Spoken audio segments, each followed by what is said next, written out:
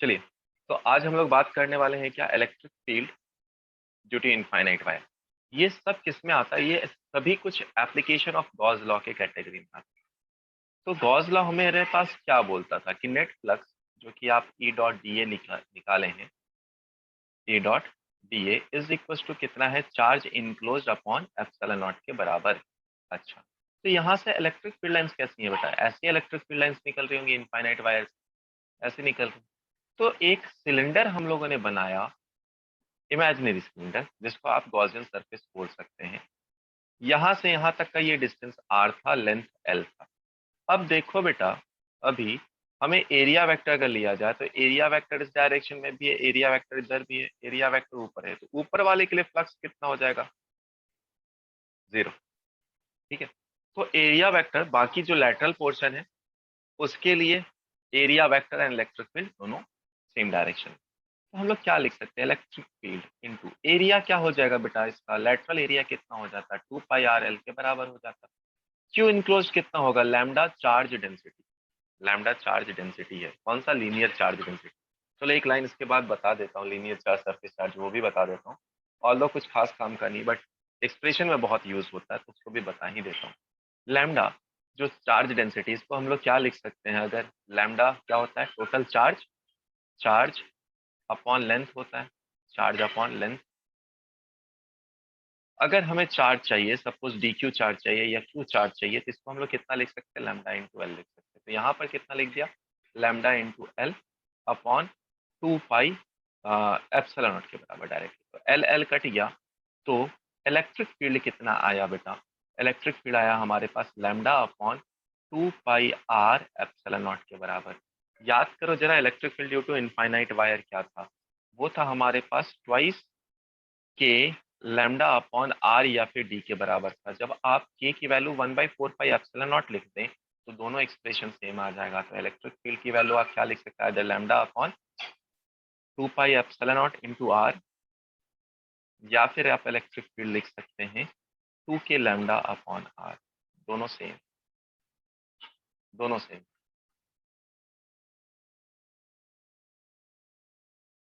दो तीन टर्म हम लोग बहुत यूज करने वाले हैं, उस टर्म को लिख लेते हैं। कौन कौन से टर्म जो हम लोग बार बार यूज करने वाले हैं? एक है linear charge density. Linear charge, linear charge density. Linear charge density को हम लोग लैम्डा से डिनोट करते हैं। ठीक है, इसका मतलब क्या है? लैम्डा इज इक्वल टू क्या है? Charge upon length, charge upon length. यानी जो चार्ज है हमारा, वो लेंथ के अलोंग क्या किया गया है? डिस्ट्रीब्यूटेड। ठीक है, इसको क्या बोला? लीनियर चार्ज डेंसिटी बोला गया। अच्छा, दूसरा है हमारे पास क्या? Surface charge density. दूसरा होता है हमारे पास सरफेस चार्ज डेंसिटी। दूसरा होता है हमारे पास सरफेस चार्ज डेंसिटी, जिसे हम लोग सिग्मा से डिनोट करते हैं। सिग्मा क्या होता है? सिग्मा सरफेस चार्ज बोला, तो charge upon area, charge upon area. इसका मतलब क्या होता है बेटा? जो हमारा चार्ज है वो किसी एरिया के अलोंग डिस्ट्रीब्यूटेड है। चाहे वो प्लेन रख लिया जाए, मतलब कोई स्क्वायर प्लेट रख लिया जाए, रेक्टेंगुलर प्लेट रख लिया जाए, सर्कुलर प्लेट रख लिया जाए, जिस पे भी रखा है, बस बात यही है कि ये एरिया के अलोंग चार्ज जो है हमारा डिस्ट्रीब्यूटेड है। नेक्स्ट हम लोग जो बात करते हैं, नेक्स्ट हम लोग जो बात करते हैं वो बात करते हैं volumetric charge density. Volumetric charge density या वॉल्यूम चार्ज डेंसिटी भी कई बार किया जाता है, डेंसिटी, जिसे हम लोग रो से डिनोट करते हैं। तो ये क्या है? हमारे पास चार्ज अपॉन वॉल्यूम है, चार्ज अपॉन वॉल्यूम। इसका मतलब क्या है? कोई सपोज स्फेयर रख दिया गया हो, है ना, बट ये कौन सा है स्फेयर? इंसुलेटर रखें, क्योंकि इसमें वॉल्यूम यहाँ पर है। तो पूरे के पूरे वॉल्यूम में जो चार्ज है हमारा वो डिस्ट्रीब्यूटेड है। पूरे के पूरे वॉल्यूम में चार्ज अगर डिस्ट्रीब्यूटेड है तो उसे हम लोग क्या बोल देंगे? Volumetric charge density. देख, ई का वैल्यू अपने पास इलेक्ट्रिक फील्ड इनफाइनाइट वायर के लिए क्या होता है? 2 के लैम्डा अपॉन आर के बराबर। 2 के लैम्डा अपॉन आर के बराबर इलेक्ट्रिक फील्ड की वैल्यू रख दो 9 × 10⁻⁴ के बराबर, इज इक्वल टू 2 रख दो, के की वैल्यू रख दो 9 × पावर ऑफ 9 के बराबर इंटू लैम्डा, ये अपने को निकालना है। डिस्टेंस अपने को पता है 0.2 मीटर यानी 2 इंटू 10 का पावर ऑफ -2 के बराबर। अब यहाँ से सिंप्लीफाई कर लो, यहाँ से आप सिंप्लीफाई कर लो, आपको आंसर मिल जाएगा। तो यहाँ से जब आप सिंप्लीफाई करेंगे 2 चला गया, ये चला गया, तो अपने पास आ जाएगा लैम्डा की वैल्यू इज इक्वल टू, ये आ जाएगा 10 का पावर 2 और यहाँ पे आ जाएगा 10 का पावर -9 यानी आ जाएगा 10 का पावर -7 कूलम पर मीटर के बराबर। ये हो जाएगा अपना answer. Electric field due to uniformly charge sheet. अब इनफाइनाइट चार्ज शीट जो है ये बहुत पतला सा शीट है, मतलब एक पेपर है हमारे पास। यहाँ पे जो गॉसियन सरफेस लिए हैं वो किसी सिलेंड्रिकल फॉर्म में लिए हैं, तो ये पूरा का through out the paper pass कर रहा, तो इसका ये वाला पोर्शन एक एरिया हो गया। अगर देखा जाए तो ये अपने पास एक क्रॉस सेक्शन एरिया हो गया, इसका एरिया वेक्टर अगर देखा जाए तो बाहर की तरफ होगा, और पीछे से जो गॉसियन सरफेस निकल रहा है इसके लिए एरिया वेक्टर पीछे की तरफ रहेगा। दोनों तरफ ई और ए सेम डायरेक्शन में, क्योंकि कैसा है बेटा उस बात को समझो कि यहाँ पर भी प्लस चार्ज है, इधर भी प्लस चार्ज है, पूरी तरह से ये प्लस चार्ज पे है, तो इधर से भी इलेक्ट्रिक फील्ड अवे है, इधर से भी इलेक्ट्रिक फील्ड अवे है। अगर कोई पोर्शन आप परपेंडिकुलर टू दिस सरफेस लेते हैं तो यहाँ पे प्लस की वैल्यू 0 हो जाएगी, क्योंकि electric field and area vector 90 degree के बराबर है और दोनों के बीच में थीटा 90 डिग्री हो जाएगा। अगर हम लोग इस पे फ्लक्स लिखें हमारे पास, तो फ्लक्स इज इक्वल टू क्या होगा, यहाँ पर फ्लक्स इज इक्वल टू हमारे पास होगा E dot A D A is equal to क्या होता है, Q enclosed upon epsilon not के बराबर। तो यहाँ पर देखो बेटा कितने एरिया इनक्लोज्ड है, 2 एरिया से इलेक्ट्रिक फील्ड बाहर जा रहा, तो हम लोग लिख सकते हैं क्या 2E into A is equal to Q enclosed कितना होगा, सिग्मा इंटू एरिया, यही वाला एरिया, ये भी सेम एरिया ए ही रहेगा अपॉन एप्सिलॉन नॉट। तो यहाँ पर याद करो इलेक्ट्रिक फील्ड हम लोग ये पहले भी निकाले हैं, कितना वैल्यू आया, सिग्मा अपॉन 2 एप्सिलॉन नॉट के बराबर आया electric field due to infinitely charged thin sheet के कारण, सिग्मा अपॉन 2 एप्सिलॉन नॉट। आइए बेटा अब कुछ हम लोग डिफरेंट केसेस देखते हैं जो आपको न्यूमेरिकल बनाने के लिए हेल्प हो। मान लीजिए हमारे पास सिग्मा 1 एंड सिग्मा 2 प्लेट पे चार्जेस दिए हुए, तो इसके कारण 1 पे देखो कोई भी प्लेट अगर हम लोग लेते हैं तो सिग्मा अगर चार्ज है तो इधर भी सिग्मा अपॉन 2 एप्सिलॉन नॉट, इधर भी जो इलेक्ट्रिक फील्ड है सिग्मा अपॉन 2 एप्सिलॉन नॉट होता है ना। तो सिग्मा 1 सिग्मा 2 रखी है, इस पॉइंट पे देखें तो 1 के कारण जो इलेक्ट्रिक फील्ड होगा वो इधर होगा, 2 के कारण भी इधर होगा, दोनों के डायरेक्शन में सेम होगा। तो आप क्या लिख सकते हैं, 1 के कारण कितना है, अगर इलेक्ट्रिक फील्ड ड्यू टू 1 लिखे तो वो सिग्मा 1 अपॉन 2 एप्सिलॉन नॉट, अगर इलेक्ट्रिक फील्ड ड्यू टू 2 लिखे तो वो भी कितना है, सिग्मा 2 अपॉन 2 एप्सिलॉन नॉट है। तो दोनों को ऐड कर दिए, sigma 1 plus sigma 2 upon 2 epsilon not. अच्छा अगर आप सेंटर में आ जाएं बेटा, तो एक के कारण इस डायरेक्शन में होगा इलेक्ट्रिक फील्ड, है ना, सिग्मा 1 या इलेक्ट्रिक फील्ड 1, और दूसरे के कारण इधर होगा इलेक्ट्रिक फील्ड 2, तो दोनों का डायरेक्शन अपोजिट हो गया इलेक्ट्रिक फील्ड का, तो आप क्या लिख देंगे, sigma 1 minus sigma 2 upon 2 epsilon not. अगर दोनों फिर से इस पे देखिए तो इलेक्ट्रिक फील्ड ड्यू टू 1 भी दूर ही होगा और इलेक्ट्रिक फील्ड ड्यू टू 2 भी दूर ही होगा, तो sigma 1 plus sigma 2 upon 2 epsilon not. अच्छा अगर सिग्मा सिग्मा को सेम कर दिया बेटा, दोनों प्लेट पे चार्ज हम लोगों ने सेम रख दिया, बराबर मात्रा में चार्ज रख दिया, तो क्या हो जाएगा, 2 इस साइड कितना हो जाएगा, 2 सिग्मा अपॉन 2 एप्सिलॉन नॉट, यानी कि कितना हो जाएगा, पहले वाले केस से देख लो, सिग्मा अपॉन एप्सिलॉन, बीच में 0 हो जाएगा क्योंकि सिग्मा सिग्मा माइनस होकर 0 दे देगा, ये भी सिग्मा अपॉन एप्सिलॉन। अच्छा अगर माइनस होता एक एक सिग्मा है दूसरा माइनस सिग्मा है, तो यहाँ पर क्योंकि कितना है बेटा, सिग्मा 1 प्लस सिग्मा 2, तो सिग्मा माइनस सिग्मा 0 हो जाएगा, इधर भी सिग्मा माइनस सिग्मा 0 हो जाएगा, और इनसाइड द प्लेट बच जाएगा कितना, या बिटवीन द प्लेट कितना हो जाएगा, सिग्मा अपॉन एप्सिलॉन नॉट के बराबर। केस 2, अगर मेटालिक शीट लेते हैं या कंडक्टिंग शीट लेते हैं हम लोग, मेटालिक शीट या फिर कंडक्टिंग शीट लेते हैं, ठीक है, तो उसके ऊपर जैसे ही आप चार्ज रखते हैं, मान लो मैंने टोटल 2 सिग्मा चार्ज रखा है, टोटल 2 सिग्मा चार्ज रखा, तो सिग्मा इधर आ जाएगा, सिग्मा इधर आ जाएगा, जिसके कारण इस डायरेक्शन में फील्ड कितना आ जाएगा, सिग्मा अपॉन, अब इसको देखो सिग्मा सिग्मा रख दिया, ठीक है, तो ये किसके जैसा दिख रहा है बेटा, एग्जैक्टली सेम केस दिख रहा है ना, दोनों एग्जैक्टली सेम केस दिख रहा है, तो अपन क्या लिख सकते हैं, सिग्मा अपॉन एप्सिलॉन नॉट इधर भी, सिग्मा अपॉन एप्सिलॉन नॉट इधर भी, और बीच में इलेक्ट्रिक फील्ड 0। तो अगर आप मेटालिक शीट रखते हैं या कंडक्टिंग प्लेट रखते हैं तो क्या हो जाएगा, ये सिग्मा सिग्मा दोनों एक साइड आ जाएगा, मतलब या फिर दोनों के बीच में इलेक्ट्रिक फील्ड की वैल्यू 0 रहेगी। मान लो अगर सेम केस ही हम लोग लेते हैं, बट इस बार टोटल चार्ज को आपने सिग्मा रखा था, तो यहाँ सिग्मा अपॉन 2 आ जाएगा एक साइड में, इधर सिग्मा अपॉन 2 आ जाएगा। बीच में इलेक्ट्रिक फील्ड कितना रहेगा? मेटालिक कंडक्टर है तो अभी भी वो 0 के ही बराबर रहेगा। यहाँ पर बट इलेक्ट्रिक फील्ड अब आ जाएगा सिग्मा अपॉन 2 एप्सिलॉन नॉट, इधर आ जाएगा सिग्मा अपॉन 2 एप्सिलॉन नॉट। तो इस बात को समझें कि कब सिग्मा लिया है मेटालिक के केस में और कब सिग्मा बाय 2 लिया है। अगर आपने टोटल 2 सिग्मा चार्ज को सप्लाई किया है, तो सिग्मा एक प्लेट पे जा रहा, दूसरे पे सिग्मा जा रहा, तो क्या एग्जैक्टली सेम वाला केस जा रहा। बट अगर आप टोटल चार्ज सिग्मा सप्लाई कर रहे हैं, तो प्लेट का एक साइड जाएगा सिग्मा बाय 2 और दूसरा साइड जाएगा सिग्मा बाय 2। तो सेम क्वेश्चन रहेगा, सेम फॉर्मूला रहा, बट सिग्मा की जगह पे क्या हो गया यहाँ पर सिग्मा बाय 2, क्योंकि इस प्लेट पे कितना आया सिग्मा बाय 2 और इस प्लेट पे आया सिग्मा बाय 2। तो इस बात को थोड़ा दिमाग में रखना, क्योंकि कंफ्यूजन होता है यहाँ पर।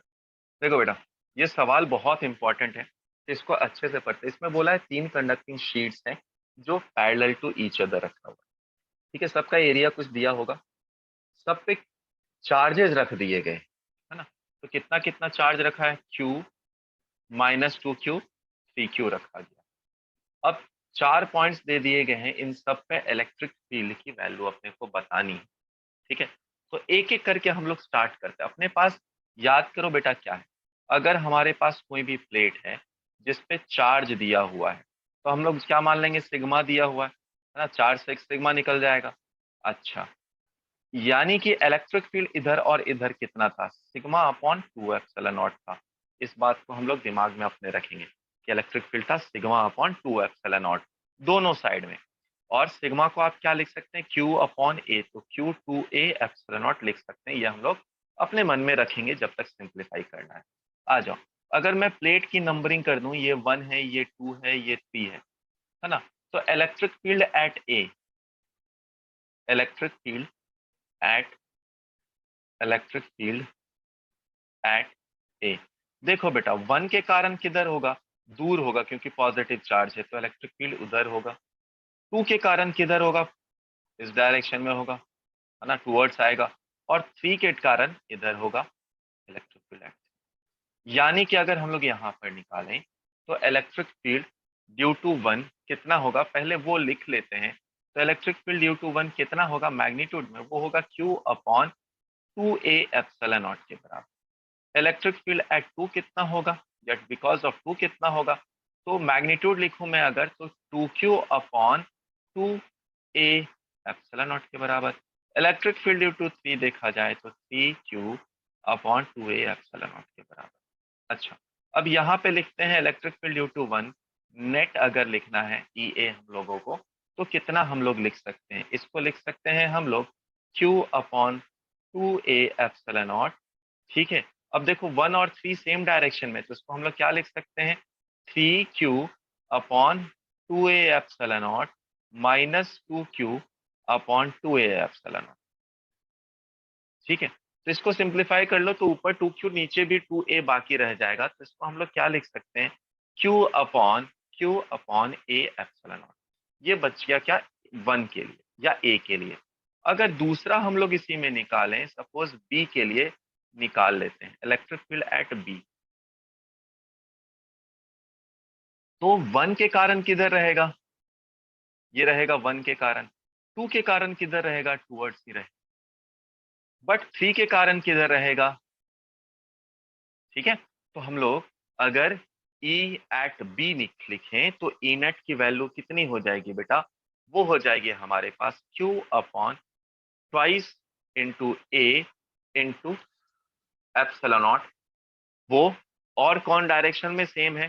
Plus 2Q divided by 2A epsilon not, 2Q divided by 2A epsilon not minus 3Q upon 2A epsilon. अब इसकी इलेक्ट्रिक फील्ड की वैल्यू तो 0 आ गई। अच्छा, अब अगर हम लोग मान लो चले गए कहाँ पे? सी पे निकालने चले गए। ठीक है, तो सी पे हम लोग निकालते हैं इलेक्ट्रिक फील्ड एट सी। तो इलेक्ट्रिक फील्ड एट सी अगर हम लोग निकाल लें तो कितना आएगा?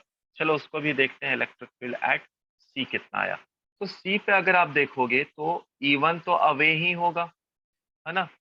E2 की डायरेक्शन टुवर्ड्स रहेगी एंड E3 की डायरेक्शन भी एक डायरेक्शन में। तो अगर हम लोग इस टाइम पे लिखें कि हमारे पास इलेक्ट्रिक फील्ड एट सी कितना होगा, इलेक्ट्रिक फील्ड एट सी, तो कौन कौन सेम डायरेक्शन में है उस बात को देख लो। यानी कि अगर देखा जाए तो E1 नहीं तो फिर हम लोग लिख सकते हैं E2 plus E3 minus E1 है ना। तो E2 की वैल्यू कितनी है हमारे पास, 2Q upon 2A epsilon not, plus इसकी वैल्यू है 3Q upon 2A epsilon not, इसकी वैल्यू है Q upon 2A epsilon not. यानी कि अगर यहाँ पर आप वैल्यू निकालें तो ये आ जाएगा 2Q upon A epsilon not. सभी की अगर डायरेक्शन ले ली जाए, सभी की अगर डायरेक्शन ले ली जाए तो इसकी डायरेक्शन किधर है बेटा, इसकी डायरेक्शन, ये डायरेक्शन माइनस आई कैप में, इस डायरेक्शन में लेफ्ट साइड में ही था, ऊपर वाले का तो कुछ जीरो ही हुआ, उससे ऊपर वाला जो था उसका भी डायरेक्शन लेफ्ट ही साइड था तो माइनस आई कैप लिख सकते हैं। जब आप ईडी निकालेंगे, जब आप डी पॉइंट पे निकालेंगे सेम इलेक्ट्रिक फील्ड, तो आप देखना जब आप डी पॉइंट पे निकालेंगे तो इसका नेट डायरेक्शन टुवर्ड्स राइट आएगा और एग्जैक्टली सेम आएगा जितना ए के बराबर आया है, बट ये टुवर्ड्स राइट रहेगा। ट्राई करके देख लो, खुद ही पता चल जाएगा। ये हमें निकालनी है electric field due to uniform charge thin shell के कारण। अब देखो कई बार यहाँ पे थिन शेल दिया होता है, कई बार और देकर मेटालिक कंडक्टर भी बोल दिया जाए, कंडक्टर भी बोल दिया जाए, सभी सेम है, सभी एक जैसे ही हैं, तो आप किसी को भी पढ़ें दोनों में से सबका डेरिवेशन भी ये दोनों का सेम ही आए। क्यों सर, क्यों सेम आएगा? सेल का मतलब क्या है, गोला, खोखला गोला, इसके ऊपर चार्ज रखा हुआ है। मेटालिक कंडक्टर के ऊपर भी आप जब चार्ज रखेंगे तो हमें क्या पता है, जैसे ही आप मेटालिक कंडक्टर पे चार्ज रखते हैं, चार्ज कहाँ भाग जाता है, वो सरफेस पे भाग जाता है। ठीक है, तो अंदर में तो कोई चार्ज रहेगा ही, यही बात। आइए इस बात को और थोड़ा समझते हैं। मान लीजिए हमारे पास एक मेटालिक कंडक्टर ये रहा, जिसका जिसके ऊपर कुछ चार्ज क्यू दिया हुआ है, इसका कुछ रेडियस भी दे दिया गया है कैपिटल आर, इसका कुछ रेडियस भी दे दिया गया है कैपिटल आर। अब दो पॉइंट में पूछा जाएगा, कोई पॉइंट आउटसाइड पूछा जाएगा और कुछ पॉइंट इनसाइड पे भी पूछा जाएगा, सेकंड पॉइंट इनसाइड पे भी पूछा जाएगा। इन दोनों जगह पे इलेक्ट्रिक फील्ड निकालने के लिए हमसे पूछा जाएगा। तो मान लो अगर आपसे पूछा गया फर्स्ट कि आउटसाइड कितना है, आउटसाइड किसी भी डिस्टेंस पे पूछा जाए, आउटसाइड पॉइंट पी ले लिया, जहां पर स्मॉल आर जो है, स्मॉल आर वेरिएबल रेसिस्टेंस है, ये ग्रेटर देन है या फिर इक्वल टू आर है, कुछ भी रखें।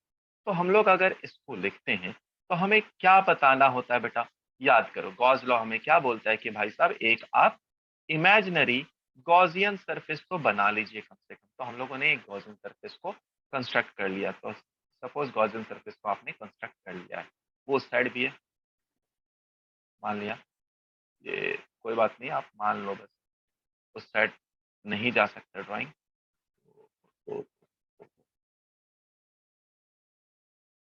चलो, तो मान लिया कि यहाँ पर हमारे पास गॉसियन सरफेस, आर की वैल्यू ग्रेटर देन।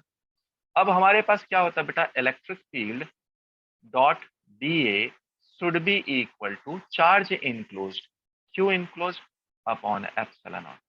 तो ये रहा electric field outside, d A कितना है हमारे पास 4 pi into r square, charge enclosed क्या है, क्यू अपॉन एप्सिलॉन नॉट।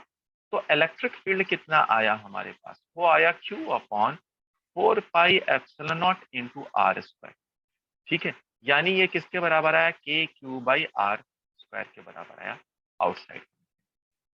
अच्छा, अब आते हैं इनसाइड पे, second point, inside electric, inside electric, inside electric. तो इनसाइड जैसे ही हम लोग लिए, मान लो पॉइंट नंबर 2 है ये हमारा, यहाँ पर भी आप गॉसियन सरफेस बनाए, जहां पर भी इलेक्ट्रिक फील्ड पूछ रहा हम लोगों ने उस पॉइंट पे गॉसियन सरफेस बनाया, बट आर इस बार क्या है, अंदर है, लेसर देन कैपिटल आर। तो अंदर में कोई चार्ज इनक्लोज्ड है क्या बेटा, चार्ज इनक्लोज्ड की वैल्यू कितनी है, 0। और हम लोग क्या जानते हैं, E dot D A is equal to क्या, क्यू इनक्लोज जो कि है 0, मतलब इलेक्ट्रिक फील्ड भी आया 0। यानी क्या है बेटा, कंडक्टर के अंदर अगर हम लोग बैठे हुए हैं, आप कितना भी इलेक्ट्रिक फील्ड दे दो, कितना भी चार्ज दे दो, अंदर में कोई इलेक्ट्रिक फील्ड नहीं रहेगा, तो अंदर में हम लोग सेफ रहेंगे। याद करिए, इसी के लिए मैंने बोला था एक बार और कि अगर हम लोग कार में बैठे हैं और थंडरिंग हुआ है, कोई वायर टूट के गिर गया, तो आप कार के अंदर ही रहे, वहां पे आप सेफ हैं। कई बार डिस्कवरी पे भी पहले कुछ वीडियोस दिखाया करते थे जिसमें एक स्पेयर रहता था कंडक्टर, जिसके अंदर आप बैठे हुए हैं, उसके ऊपर आप हाई वोल्टेज वायर भी दे दें, अनलेस एंड अनटिल आप उसके अंदर हैं, आपको कुछ दिक्कत नहीं होता है। ठीक है, क्योंकि इलेक्ट्रिक फील्ड कंडक्टर के अंदर कितनी हो गई, 0। तो कई बार इसका ग्राफ भी बनाने के लिए अपने से बोला जाता है। तो ये है डिस्टेंस r, ये है हमारे पास इलेक्ट्रिक फील्ड। अब इसके लिए देखो बेटा, जब तक small r is equal to capital R था, इसके अंदर इलेक्ट्रिक फील्ड की वैल्यू कितनी है, 0 के बराबर। बट जिस पॉइंट पे electric field small r is equal to capital R है, वहां पे इलेक्ट्रिक फील्ड की वैल्यू क्या है, के क्यू अपॉन आर स्क्वायर के बराबर है। उसके बाद क्या होगा, उसके बाद 1/r² का प्रोपोर्शनल है। उसके बाद ये 1/r² का 1/r² का प्रोपोर्शनल है। ये हो गया हमारा आंसर, 1/r का। स्मॉल r थोड़ा गंदा दिख रहा है, इसको ठीक कर दिया जाए, 1/r का स्क्वायर रहेगा। ठीक है, 1/r² के प्रोपोर्शनल में। देखो क्या बोला है, गॉसियन सरफेस दिया है और डॉटेड लाइन से पूछा है। तो इलेक्ट्रिक फील्ड जो भी निकालेंगे हम लोग इस पॉइंट पे, यहाँ पर कहीं भी इलेक्ट्रिक फील्ड निकालेंगे, वो किसके कारण होगा। याद करो, गॉस लॉ का इंपॉर्टेंट पॉइंट में लिखे थे हम लोग कि electric field is due to because of all the charge which are present inside और आउटसाइड। तो जो भी चार्जेस हैं, उन सब के कारण इलेक्ट्रिक फील्ड होता है। तो कौन कौन से चार्ज है वो, Q1 Q2 minus Q1 minus Q2, जितने चार्ज प्रेजेंट है सबके कारण इलेक्ट्रिक फील्ड है। बट Q इनसाइड सिर्फ किसके लिए रहेगा, जो अंदर प्रेजेंट। तो electric field is due to because of all the charge. मान लो इसको Q2 किसको Q3 लिख देते, तो because of all the charge present. देखो इस सवाल को स्टिल देखें हम लोग, अगर सिग्मा यहाँ पे सिग्मा सिग्मा दिया हुआ है, तो इसके कारण 1 लिख देता हूँ, ये 2 लिख देता हूँ, 1 2 3। तो 1 के कारण इलेक्ट्रिक फील्ड इधर होगा, 2 के कारण भी इधर होगा, और 3 के कारण भी इधर ही होगा। ठीक है, ये हो जाएगा हमारे पास E1 E2 E3। तो ई नेट की वैल्यू अगर लिखे, सभी किस डायरेक्शन में है, माइनस आई की तरफ ही है, मतलब आइदर इन दोनों में से कोई एक होना चाहिए हमारा आंसर। तो आप लिख सकते हैं सिग्मा अपॉन 2 एप्सिलॉन नॉट, कितना आ जाएगा हमारे पास, 2 सिग्मा अपॉन एप्सिलॉन नॉट। किस डायरेक्शन में, नेगेटिव एक्स एक्सिस में, मतलब माइनस आई कैप। ये हो गया हमारा आंसर, ऑप्शन नंबर 3 जेई का सवाल है। ठीक, तो बात कर रहे हैं अभी कि non electric field due to non conducting uniformly charge sphere. इसका मतलब है कि हमारे पास एक स्फीयर है। तो सपोज हमारे पास कोई स्फीयर है, ठीक है, या इससे बेहतर थोड़ा इसको साइड बनाया जाए ताकि हमें ड्राइंग बाद में करने में आसान। तो हमारे पास एक स्फीयर है जो कि नॉन कंडक्टिंग है। अब नॉन कंडक्टिंग और यूनिफॉर्मली चार्ज कहने का क्या मतलब है, कि चार्ज को आपने जहां रखा वो वहीं रह गया है। मतलब जब आपने चार्ज इसे यहाँ पे दिया तो ये यहीं पे रह गया है। अगर ये कंडक्टिंग होता तो क्या होता, आप चार्ज में अगर चार्ज को अगर आप इसके वॉल्यूम पे कहीं भी रखते हैं, तो ये सभी का सभी चार्ज सरफेस पे आता। बट अभी ऐसा नहीं है, अभी ये जो चार्ज है वो पूरी तरह से यूनिफॉर्मली डिस्ट्रीब्यूटेड है इनसाइड द वॉल्यूम। ये कहने का तात्पर्य।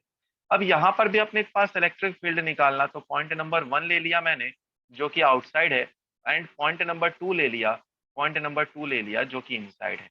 तो इस पे जो टोटल चार्ज है वो है Q। ठीक है, कई बार volumetric charge, volume charge density से भी पूछ सकता है। तो रो भी ले लिया है, रो क्या होगा हमारे पास, Q upon 4/3 pi into r cube, given that this radius is r. ठीक है, तो 1 एंड 2। तो पहले के लिए फर्स्ट स्मॉल आर, फर्स्ट लिया क्या हम लोगों ने, आउटसाइड वाला, आउटसाइड पॉइंट, आउटसाइड पॉइंट। मतलब स्मॉल आर जो है हमारा greater than equal to capital r. तो इसके लिए क्या करें हम लोग, कहीं भी एक गॉसियन सरफेस, चलो इसका बना लो पहले। तो एक गॉसियन सरफेस आपने बनाया, एक गॉसियन सरफेस आपने बना लिया। तो इसके लिए अगर आप गॉसियन सरफेस निकाल लिए हैं तो हम लोग क्या लिख सकते हैं, A into area which is 4 pi r square, that should be equal to charge enclose जो है हमारे पास क्यू अपॉन एप्सिलॉन नॉट। तो इसको हम लोग चाहें तो लिख सकते हैं, अब electric field is equal to k q by r square, ठीक है, जो कि पहले के जैसा ही। अब इनसाइड के लिए आते हैं जहां से थोड़ा सा चीजें इंटरेस्टिंग होगी। इनसाइड, इनसाइड मतलब स्मॉल आर की वैल्यू लेसर देन आर है। तो इसके लिए हमारे पास डेंसिटी है, डेंसिटी कितना है, q upon volume 4/3 pi r cube के बराबर है, ठीक है, 4/3 पाई r क्यूब के बराबर है, 4/3 पाई r क्यूब के बराबर है, 4/3 पाई r क्यूब। अरे यार, इस पूरे को हटा देता हूँ, नीचे लिख देता हूँ, फिर हट जाएगा। तो डेंसिटी है हमारे पास Q divided by 4/3 pi r cube. दोनों के टर्म्स में हम लोग सिंप्लीफाई करके देखेंगे और सेम आएगा जैसा कि हम लोगों ने ग्रेविटेशन के केस में निकाला था, जी इनसाइड द अर्थ करके, सेम एक्सप्रेशन वैसा ही आएगा। आ जाओ बेटा, मान लो हम लोग किसी भी डिस्टेंस स्मॉल आर पे लेते हैं तो इसके अंदर कितना चार्ज इनक्लोज हुआ है ये हमें निकालना पड़ेगा। तो अगर इसके इनक्लोज जो चार्ज इनक्लोज अगर निकालना है तो वो क्या होगा, q dash is equal to density into volume उसका वी डैश, यानी क्यू डैश की वैल्यू अगर हम लोग निकालें तो ये कितना होगा, q upon 4/3 pi r cube. और यहाँ पे है क्या, क्या है यहाँ पर है 4/3 pi into small r cube, यानी क्यू डैश की वैल्यू आप कितना निकाल सकते हैं, क्यू डैश की वैल्यू आप कितना निकाल सकते हैं, capital q upon r cube into small r cube. Therefore,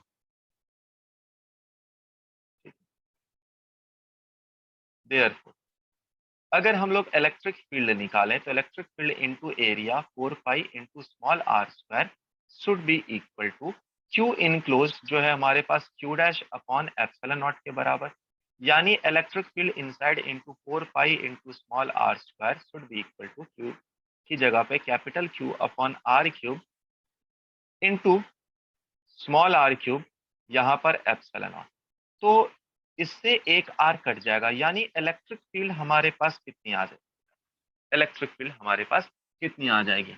तो इलेक्ट्रिक फील्ड हमारे पास जो निकलेगा वो कितना आ जाएगा बेटा, के 4 पाई एप्सिलॉन नॉट के हो जाएगा, क्यू अपॉन के क्यू अपॉन कितना हो जाएगा नीचे r cube into small r, ये हो गया। तो एक तो इलेक्ट्रिक फील्ड का एक्सप्रेशन ये आ गया हमारे पास।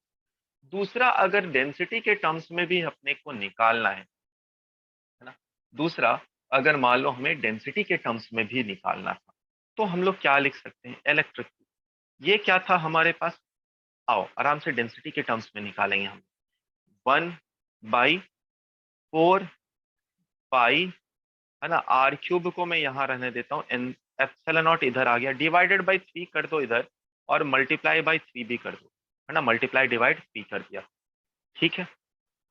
ऊपर है क्यू, यहाँ है स्मॉल आर। देख बेटा, तो क्यू डिवाइडेड बाय आपको दिख रहा होगा 4/3 पाई r क्यूब, वो क्या है, वॉल्यूम है, वॉल्यूम चार्ज अपॉन वॉल्यूम क्या हो गया, डेंसिटी हो गया। तो इलेक्ट्रिक फील्ड कितना आ गया, वो आया density into small r divided by 3 epsilon not के बराबर, density upon density into small r upon 3 epsilon not के बराबर, यह आ जाएगा क्या, डेंसिटी के टर्म्स इलेक्ट्रिक, ठीक है। तो अगर ग्राफ इसका प्लॉट किया जाए बेटा इलेक्ट्रिक फील्ड का एंड रेडियस या डिस्टेंस के रिस्पेक्ट में, इलेक्ट्रिक फील्ड एंड डिस्टेंस के रिस्पेक्ट में, तो हमारे पास एक ऐसा पॉइंट होगा जहां पे स्मॉल आर की वैल्यू कैपिटल आर के बराबर हो। अच्छा, और अगर आप देखें तो इनसाइड में क्या है, डायरेक्टली प्रोपोर्शनल टू आर है इलेक्ट्रिक फील्ड, तो इनसाइड में है डायरेक्टली प्रोपोर्शनल टू आर। यहाँ पर इलेक्ट्रिक फील्ड कितना है, इस पर्टिकुलर पॉइंट पे ये है के क्यू बाई आर स्क्वायर के, कैपिटल आर स्क्वायर के, तो यहाँ पे डायरेक्टली प्रोपोर्शनल टू आर है। इसके बाद क्या है, ये है inversely proportional to r square के बराबर, यहाँ पे inversely proportional to r square. तो ये है ग्राफ इसका और ये है पूरा एक्सप्रेशन, तो ये भी एक्सप्रेशन अपने लिए काम के हैं, दोनों एक्सप्रेशन हमारे लिए काम के लिए, बाहर वाला जनरली याद रह ही जाता है। इस टाइप के सवाल में जहां पे बोला कि आपके पास एक शेल है इनसाइड और एक आउटसाइड, आउटसाइड वाले पे 6Q दिया गया है, इनसाइड वाले पे -3Q दिया गया है। तो यहाँ पे डिफरेंट डिफरेंट जोन है, 1 पे, 2 पे, 3 पे इलेक्ट्रिक फील्ड पूछा है। कई बार इनर सरफेस आउटर सरफेस पे भी चार्ज वगैरह पूछ लिया जाता है। तो यहाँ पर बेटा -3Q है, तो इसके सामने क्या आ जाएगा, +3Q आ जाएगा। यहाँ पे +3Q आया, टोटल चार्ज था हमारे पास 6Q, तो ऊपर बच जाएगा 3Q। दूसरा एक और लॉजिक होता है कि यहाँ पर 6Q था टोटल, यहाँ पर कितना आ गया, 3Q आया, तो यहाँ पे -3Q आ जाएगा, क्योंकि टोटल ये कैसा रहना चाहिए, ये बॉडी न्यूट्रल था पहले और 6Q उस पर एडिशनल चार्ज था। तो इन दोनों को भी आप जब सिंप्लीफाई करेंगे तो ये भी कितना दे देगा, 3Q के बराबर ही दे देगा। ठीक है, तो हमारे पास 3Q चार्ज रह गया। अब अपने पास क्या पूछा है, इलेक्ट्रिक फील्ड पूछा है डिफरेंट डिफरेंट जोन। तो अगर मैं 1 पे लिखूं इलेक्ट्रिक फील्ड, 1 पे लिखूं electric field, electric field eight 1, electric field eight 1 कितना होगा बेटा, इलेक्ट्रिक फील्ड एट 1 की बात की जाए तो आप वहां पे गॉसियन सरफेस ड्रॉ करके देखें। जैसे ही आप गॉसियन सरफेस ड्रॉ करके देखेंगे, यहाँ पर आप देख रहे हैं कि कोई चार्ज प्रेजेंट नहीं है, क्यू इनसाइड कितना है, यहाँ 0 है। तो जैसे ही क्यू इनसाइड 0 है, और इस बात को हम लोगों ने लिख दिया कि यहाँ पर क्यू इनसाइड 0 है, तो इलेक्ट्रिक फील्ड एट 1 कितना हो गया, 0। आते हैं इलेक्ट्रिक फील्ड एट 2 पे, वो कोई डिस्टेंस r पे है। तो यहाँ पर जो इनसाइड है ये लिखना है अपने को इलेक्ट्रिक फील्ड एट 1। तो गॉसियन सरफेस ड्रॉ कर दिया, देखो बेटा 2 से ड्रॉ होता हुआ गॉसियन सरफेस आपको दिख रहा होगा। तो Q इनसाइड यहाँ पर कितना है, -3Q के बराबर। तो इलेक्ट्रिक फील्ड कितना आ गया, electric field eight 2 into area. तो यहाँ का एरिया देखिए बेटा, हमारे पास रेडियस आपने क्या लिया है, वहां का रेडियस कुछ आपने R1 लिया है, तो इंटू 4 पाई इंटू R1 का स्क्वायर, ये हो गया, is equal to -3Q charge है अपॉन एप्सिलॉन नॉट। तो इलेक्ट्रिक फील्ड की वैल्यू आ गई यहाँ से, E2 की value -3Q divided by 4 pi epsilon not into R1 का होल स्क्वायर, ये आ गया। जब आप 3 पे बात करते हैं, 3 पे, तो वहां का Q इनसाइड देखें टोटल कितना है, तो -3Q और +3Q चला जाएगा, टोटल कितना चार्ज बाकी रहेगा, सिर्फ +3Q। तो इलेक्ट्रिक फील्ड अगर आप लिखेंगे तो वो electric field at third point into 4 pi into R2 का whole square is equal to 3Q upon epsilon not. तो इलेक्ट्रिक फील्ड एट 3 कितना आ गया, वो आया हमारे पास 3Q upon 4 pi epsilon not into R का होल स्क्वायर, ये आ गया हमारे पास। ठीक है, तो आंसर इसका क्या क्या हो गया, 0, -3Q upon 4 pi epsilon not R1 square, दूसरा तीसरा हो गया 3Q upon 4 pi epsilon not into R square, ये हुआ है। ये सवाल देखो बेटा, ये जेई एडवांस में पूछा गया है। बोल रहा है क्या, Q, 2Q and 4Q charge are distributed in dielectric solids. Dielectric मतलब अभी इतना जान लो कि ये इंसुलेटर होता है। 1 2 3 जिसका रेडियस डिफरेंट डिफरेंट R/2, पहले वाले का R/2, दूसरे का R और तीसरे का 2R दिया हुआ है। If magnitude of electric field at a point at a distance r from the sphere 1 to 3r, मतलब सभी स्पेयर से r के डिस्टेंस पे हम लोगों से क्या पूछा है, इलेक्ट्रिक फील्ड पूछ रहा है, कितना होगा उसका रेशियो लिखना है। तो देखो बेटा, अगर इसके लिए हम लोग देखें तो ये आउटसाइड वाला पॉइंट है, आउटसाइड वाला पॉइंट के लिए इलेक्ट्रिक फील्ड अगर मैं लिखूं तो कितना लिख सकता हूँ, K into Q upon R square लिख सकता हूँ। ठीक है, ये हो गया हमारे। दूसरे के लिए लिखते हैं अगर E2, तो ये कितना है, K into 2Q upon R square. ठीक है, तो ये तो दिख रहा मुझे E2 ज्यादा है हमारे से। तीसरा दिख रहा है E3। अब ये इनसाइड हो गया क्योंकि इसका रेडियस 2R है, ये है अपने पास पॉइंट की। तो इनसाइड के लिए क्या लिखे थे हम लोग, K इंटू चार्ज, चार्ज है 4Q डिवाइडेड बाई 2R का क्यूब इंटू R।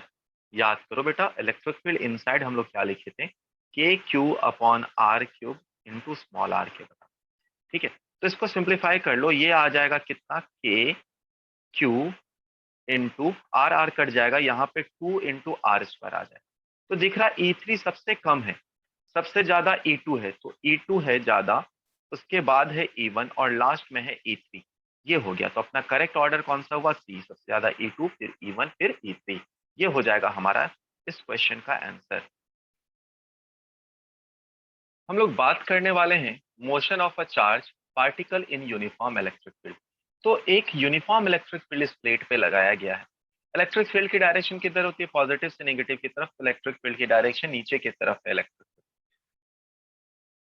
एक नेगेटिव चार्ज पार्टिकल को यहाँ पर फेंका गया, जिसकी इनिशियल वेलोसिटी कुछ थी।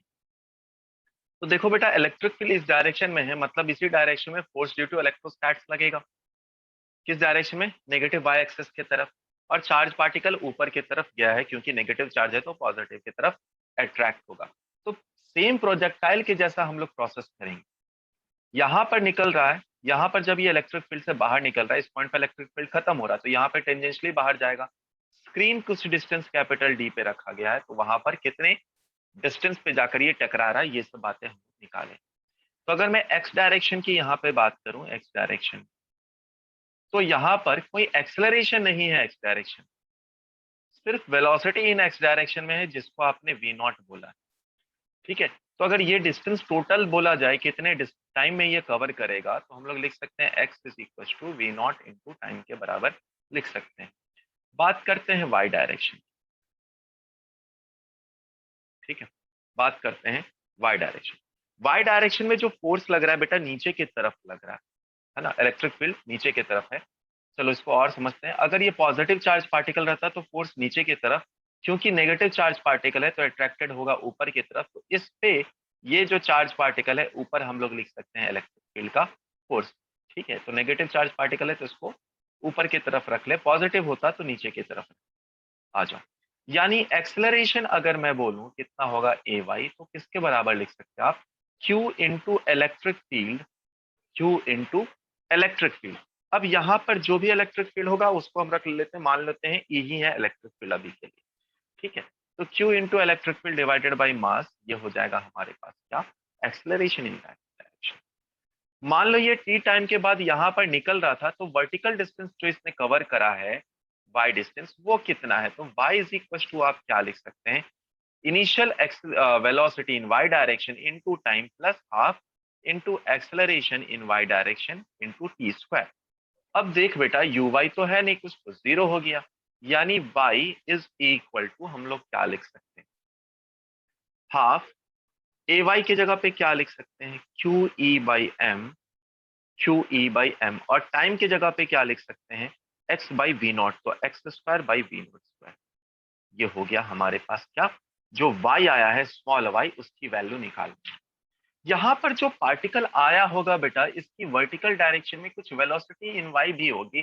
तो वेलोसिटी इन y डायरेक्शन कितना होगा?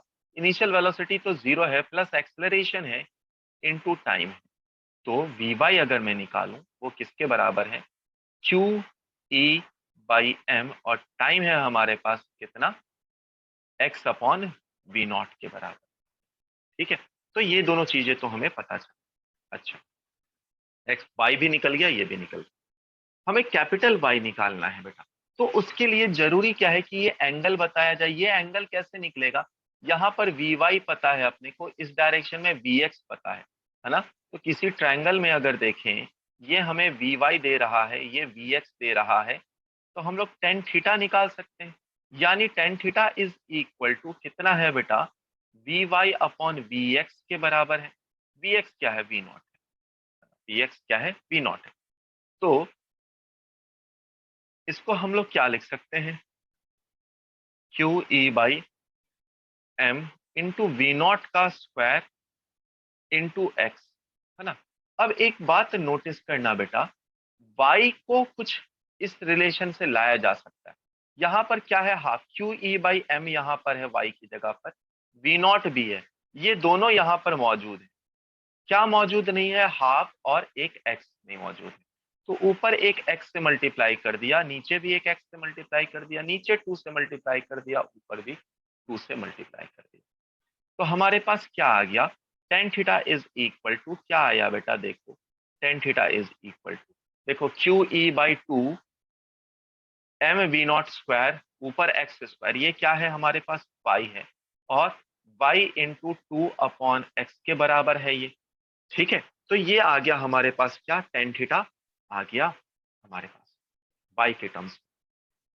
ठीक है, चाहो तो इसको और लिख सकते हो आप, tan theta is equal to small y upon x by two भी लिख सकते हैं, दोनों सेम ही। ठीक है, हमें क्या निकालना है बेटा? हमें हमें ये डिस्टेंस निकालना है। मान लो ये डिस्टेंस को मैंने ये डिस्टेंस निकालना है। ठीक है, तो ये डिस्टेंस को मान लो मैंने कुछ एच दे देता हूँ। तो एच इज इक्वल टू, ये ट्राइंगल है अपने पास, ट्राइंगल है। इस ट्राइंगल में ये एच है हमारे पास, ये टेन थीटा है, ये डी है। तो हम लोग क्या लिख सकते हैं बेटा?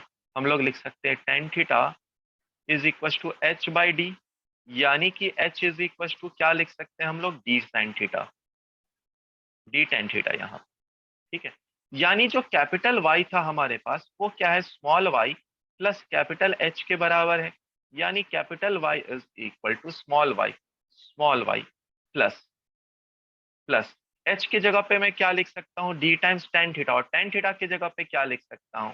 टेन थीटा तो लिख ही देता हूँ पहले, डी टेन थीटा। तो ये हो गया वाई का एक्सप्रेशन। दूसरा क्या लिख सकते हैं? y is equal to capital Y is equal to small y plus d into tan theta की जगह पे क्या लिख सकते हैं? Small y upon x by two. तो x ये टू।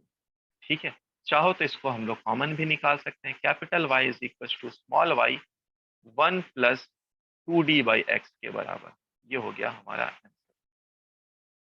ठीक है, capital Y is equal to, ये दो आंसर हमें निकालना है।